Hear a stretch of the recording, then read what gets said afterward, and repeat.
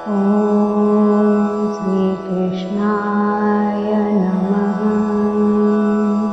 भक्तजनों, राधे राधे। श्रीमद् भगवत गीता के श्लोक वाचन की श्रृंखला में आपका पुनः फिर से स्वागत है। ईश्वर, जीव, प्रकृति, काल तथा कर्म, इन सब की व्याख्या भगवत गीता में हुई है। इन पांचों में से ईश्वर, जीव, प्रकृति तथा काल शाश्वत है। प्रकृति की अभिव्यक्ति अस्थायी हो सकती है, परंतु मिथ्या नहीं। भागवत के इस सुंदर वचनों के साथ हम इस गीता पाठ की श्रृंखला को आगे बढ़ाते हैं। सबसे पहले हम श्री कृष्ण का नाम लेंगे, तत्पश्चात हम श्लोक संख्या 31 से 40 तक के श्लोकों का श्रवण, पाठन एवं उसके अंदर निहित भावार्थ का वाचन तथा श्रवण करेंगे। श्री कृष्ण गोविंद हरे मुरारी, हे नाथ नारायण वासुदेव। कृष्ण कृष्ण हरे हरे, हरे राम, राम राम हरे हरे। गीता के अध्याय 1 का श्लोक संख्या 31। न च श्रेयोनुपश्यामि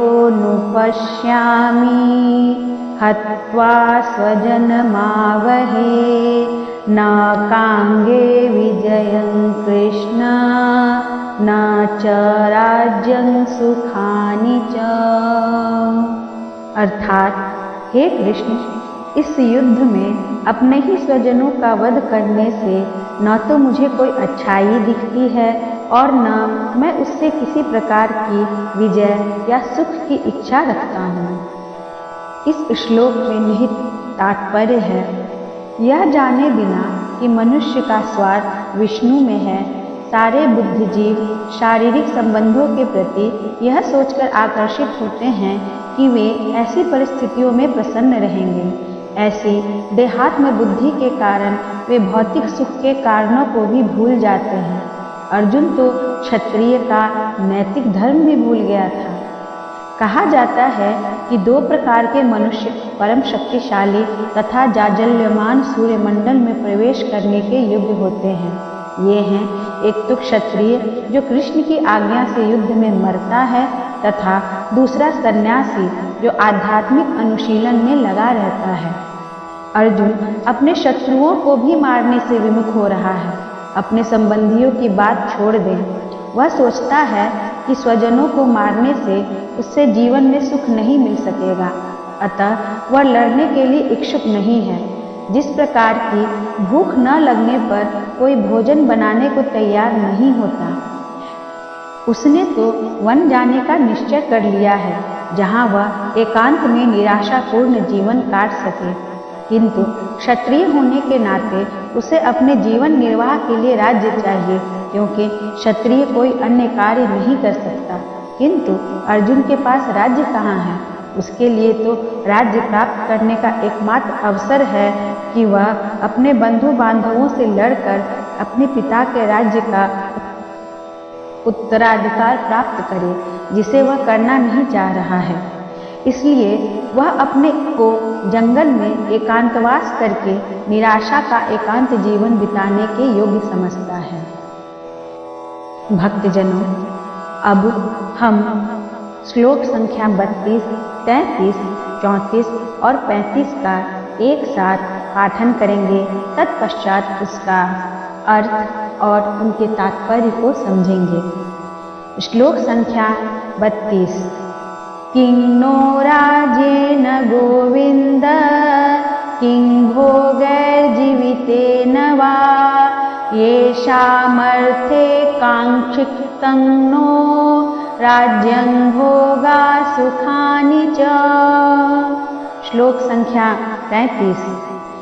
त इमेव अस्थिता युद्धे, प्राणास्तक्त्वा धनानि च, आचार्याः पितरः पुत्रास्थैव च पितामहाः। श्लोक संख्या 34। मातुला श्वशुरा पौत्राः श्यालाः सम्बन्धिनस्तथा एतान्न हन्तुमिच्छामि घ्नतोऽपि मधुसूदनः। श्लोक संख्या 35। अपि त्रैलोक्यराजस्य हेतोः किं नु मही कृते निहत्य धाता राष्ट्रन्नः का प्रीति स्वयाञ्जनार्दन। अर्थात, हे गोविंद, हमें राज्य, सुख अथवा इस जीवन से क्या लाभ, क्योंकि जिन सारे लोगों के लिए हम उन्हें चाहते हैं वे ही इस युद्ध भूमि में खड़े हैं।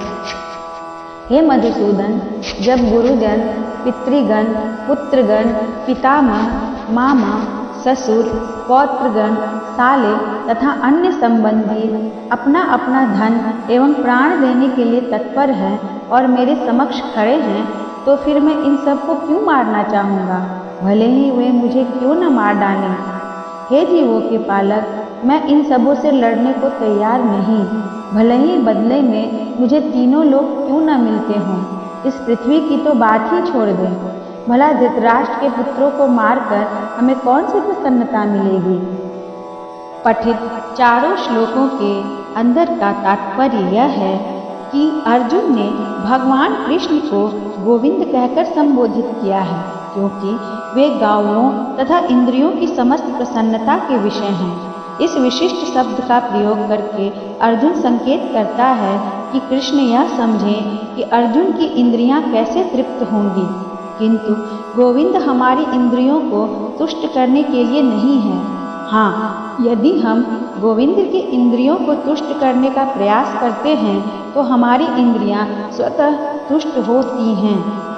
भौतिक दृष्टि से प्रत्येक व्यक्ति अपनी इंद्रियों को तुष्ट करना चाहता है और चाहता है कि ईश्वर उसके आज्ञा पालक की तरह काम करे, किंतु ईश्वर उनकी तृप्ति वहीं तक करते हैं जितनी के वे पात्र होते हैं, उस हद तक नहीं जितना वे चाहते हैं। किंतु जब कोई इसके विपरीत मार्ग ग्रहण करता है, अर्थात जब वह अपनी इंद्रियों की तृप्ति की चिंता न करके गोविंद की इंद्रियों की तुष्टि करने का प्रयास करता है, तो गोविंद की कृपा से जीव सारी इच्छाएं पूर्ण हो जाती हैं। किनकी कृपा से? जीवों की सारी कृपा गोविंद की इच्छाओं से पूर्ण हो जाती है। यहाँ पर जाति तथा कुटुंबियों के प्रति अर्जुन का प्रगाढ़ स्नेह आंशिक रूप से इन सब के प्रति उसकी करुणा का कारण है। अतः वह युद्ध करने के लिए तैयार नहीं है। हर व्यक्ति अपने वैभव का प्रदर्शन अपने मित्रों तथा परिजनों के समक्ष करना चाहता है, किंतु अर्जुन को भय है कि उसके सारे मित्र तथा परिजन युद्ध भूमि में मारे जाएंगे और वह विजय के पश्चात उनके साथ अपने वैभव का उपयोग नहीं कर सकेगा। भौतिक जीवन का यह सामान्य लेखा जोखा है, किंतु आध्यात्मिक जीवन इससे सर्वथा भिन्न होता है। क्योंकि भक्त भगवान की इच्छाओं की पूर्ति करना चाहता है, अतः भगवत इच्छा होने पर वह भगवान की सेवा के लिए सारे ऐश्वर्य स्वीकार कर सकता है, किंतु यदि भगवत इच्छा न हो तो वह एक पैसा भी ग्रहण नहीं करता। अर्जुन अपने संबंधियों को मारना नहीं चाह रहा था, और यदि उसको मारने की आवश्यकता हो तो अर्जुन की इच्छा थी कि कृष्ण स्वयं उनका वध करे।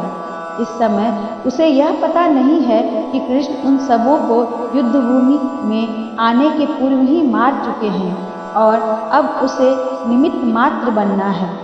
इसका उद्घाटन अगले अध्याय में होगा।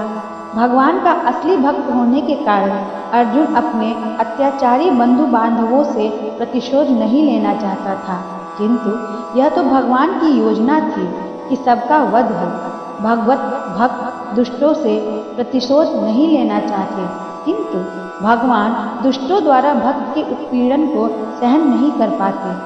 भगवान किसी व्यक्ति को अपनी इच्छा से क्षमा नहीं कर सकते, किंतु यदि उसके भक्तों को कोई हानि पहुंचाता है तो वे उसे क्षमा नहीं करते।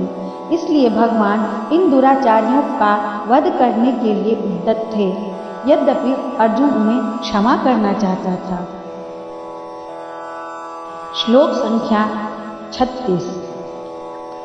पापम एव आश्रियेत अस्मान् हत्वा एतान् आततायिनः तस्मात् न अहं वयं हन्तुं धार्तराष्ट्रान् सबान्धवान् स्वजनं हि कथं हत्वा सुखिनः स्याम माधवः।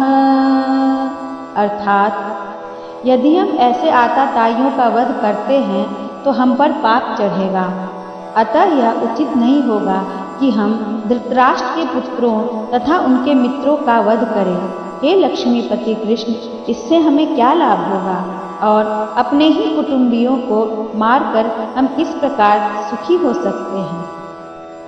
अर्थात वैदिक आदेशानुसार आताताई 6 प्रकार के होते हैं।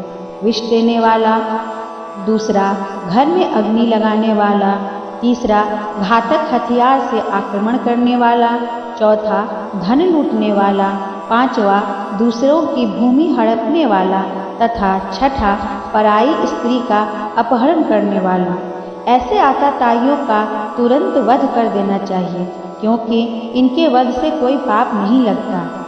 आताताइयों का इस तरह वध करना किसी सामान्य व्यक्ति को शोभा दे सकता है, किंतु अर्जुन कोई सामान्य व्यक्ति नहीं है। वह स्वभाव से साधु है, अतः वह उनके साथ साधुवत व्यवहार करना चाहता था, किंतु इस प्रकार का व्यवहार क्षत्रिय के लिए उपयुक्त नहीं है। यद्यपि राज्य के प्रशासन के लिए उत्तरदायी व्यक्ति को साधु प्रकृति होना चाहिए, किंतु उसे कायर नहीं होना चाहिए। उदाहरणार्थ भगवान राम इतने साधु थे कि आज भी लोग राम राज्य में रहना चाहते हैं, किंतु उन्होंने कभी कायरता प्रदर्शित नहीं की। रावण आताताई था, क्योंकि वह राम की पत्नी सीता का अपहरण करके ले गया था, किंतु राम ने उसे ऐसा पाठ पढ़ाया जो विश्व इतिहास में बेजोड़ है। अर्जुन के प्रसंग में विशिष्ट प्रकार के आताताइयों से भेंट होती है। यह उनके निजी पितामह, आचार्य, मित्र, पुत्र, पौत्र इत्यादि। इसलिए अर्जुन ने विचार किया कि उसके प्रति वह सामान्य आताताइयों जैसा कटु व्यवहार न करे। इसके अतिरिक्त साधु पुरुषों को तो क्षमा करने की सलाह दी जाती है। साधु पुरुष के लिए ऐसे आदेश किसी राजनीतिक आपातकाल से अधिक महत्व रखते हैं। इसलिए अर्जुन ने विचार किया कि उन्हें क्षमा कर देना श्रेयस्कर होगा। अतः क्षणिक शारीरिक सुख के लिए इस तरह वध करना लाभप्रद नहीं होगा। अंततः जब सारा राज्य उससे प्राप्त सुख अस्थायी नहीं, तो फिर अपने स्वजनों को मारकर वह अपने जीवन तथा शाश्वत मुक्ति को संकट में क्यों डाले। अर्जुन द्वारा कृष्ण को माधव अथवा लक्ष्मीपति के रूप में संबोधित करना भी सार्थक है। वह लक्ष्मीपति कृष्ण को यह बताना चाह रहा था कि वे ऐसा काम करने के लिए उसे प्रेरित न करें जिससे अनिष्ट हो, किंतु कृष्ण कभी भी किसी का अनिष्ट नहीं चाहते, भक्तों का तो कदापि नहीं। श्लोक संख्या 37। यद्यप्येते न पश्यन्ति लोभोपहत चेतसः कुलक्षय कृतं दोषं मित्रदोहे च पातकम्। श्लोक संख्या 38। कथं न ज्ञेयम् अस्माभिः पापात् अस्मात् निवर्तितुं कुलक्षयं कृतं दोषं प्रपश्यद्भिः जनार्दनः। श्लोक संख्या 37 और 38 का अर्थ: हे जनार्दन, यद्यपि लोभ से अभिभूत चित्त वाले लोग अपने परिवार को मारने या अपने मित्रों से द्रोह करने में कोई दोष नहीं देखते, किंतु हम लोग जो परिवार को विनष्ट करने में अपराध देख सकते हैं, ऐसे पाप कर्मों में क्यों प्रवृत्त हों। तात्पर्य: क्षत्रिय से यह आशा नहीं की जाती है कि वह अपने विपक्षी दल द्वारा युद्ध लड़ने या जुआ खेलने का आमंत्रण दिए जाने पर मना करे, ऐसी अनिवार्यता में अर्जुन लड़ने को नकार नहीं सकता, क्योंकि उसको दुर्योधन के दल ने ललकारा था। इस प्रसंग में अर्जुन ने विचार किया कि हो सकता है कि दूसरा पक्ष इस ललकार के परिणामों से अनभिज्ञ हो, किंतु अर्जुन को तो दुष्परिणाम दिखाई पड़ रहे थे, अतः वह इस ललकार को स्वीकार नहीं कर सकता। यदि परिणाम अच्छा हो तो कर्तव्य वस्तुतः पालनीय है, किंतु यदि परिणाम विपरीत हो तो हम उसके लिए बाध्य नहीं होते। इन पक्ष विपक्षों पर विचार करके अर्जुन ने युद्ध न करने का निश्चय किया। श्लोक संख्या 39। कुलक्षये प्रणश्यन्ति कुलधर्माः सनातना धर्मे नष्टे कुलं कृत्सर्णम् अधर्मः अभिभवति उत।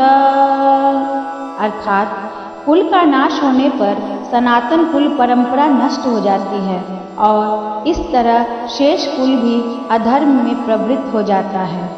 तात्पर्य, वर्णाश्रम व्यवस्था में धार्मिक परंपराओं के अनेक नियम हैं, जिनकी सहायता से परिवार के सदस्य ठीक से उन्नति करके आध्यात्मिक मूल्यों की उपलब्धि कर सकते हैं।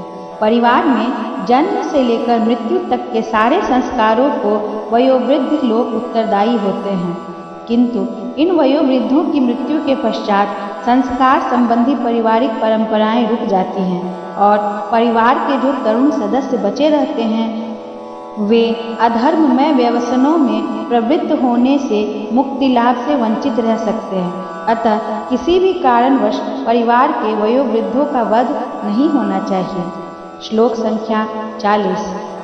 अधर्माभिभवात् कृष्ण प्रदुष्यन्ति कुलस्त्रयः स्त्रीषु दृष्टासु वार्ष्णेय जायते वर्णसंकरः।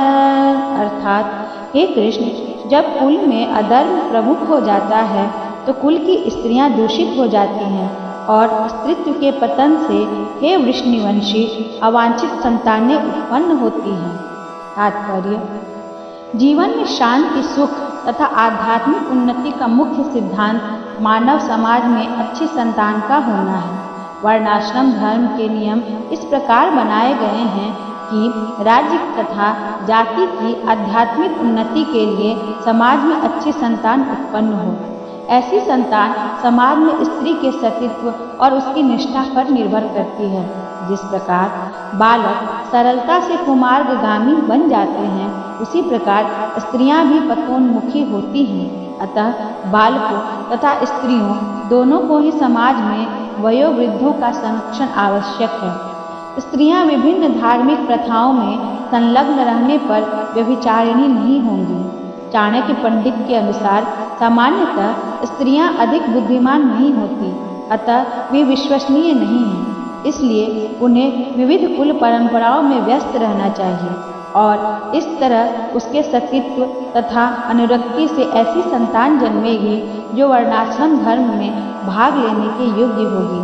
ऐसे वर्णाश्रम धर्म के विनाश से यह स्वाभाविक है कि स्त्रियां स्वतंत्रता पूर्वक पुरुषों से मिल सकेंगी और व्यभिचार को प्रश्रय मिलेगा, जिससे अवांछित संतानें उत्पन्न होगी। निठल्ले लोग भी समाज में व्यभिचार को प्रेरित करते हैं और इस तरह अवांछित बच्चों की बाढ़ आ जाती है, जिससे मानव जाति पर युद्ध और महामारी का संकट छा जाता है। श्री कृष्ण गोविंद हरे मुरारी, हे नाथ नारायण वासुदेव।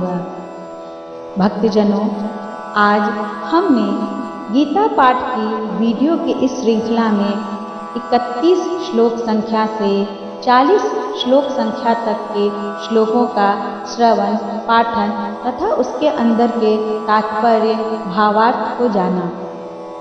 आशा है आपको यह वीडियो पसंद आया होगा। इस श्रृंखला के अगले अध्याय में हम लोग अध्याय 1 के श्लोक संख्या 41 से शुरू करेंगे। 41 से लेकर 46 तक श्लोक संख्या होने के पश्चात अध्याय 2 का प्रारंभ होगा। तो मैं सभी भक्तजनों से अब आज्ञा लेना चाहूँगी और चाहूँगी कि आप लोग हमारी इस वीडियो को देखें और मेरे चैनल को लाइक, शेयर, सब्सक्राइब, कमेंट में राधे राधे, जय श्री कृष्णा अवश्य लिखें। धन्यवाद।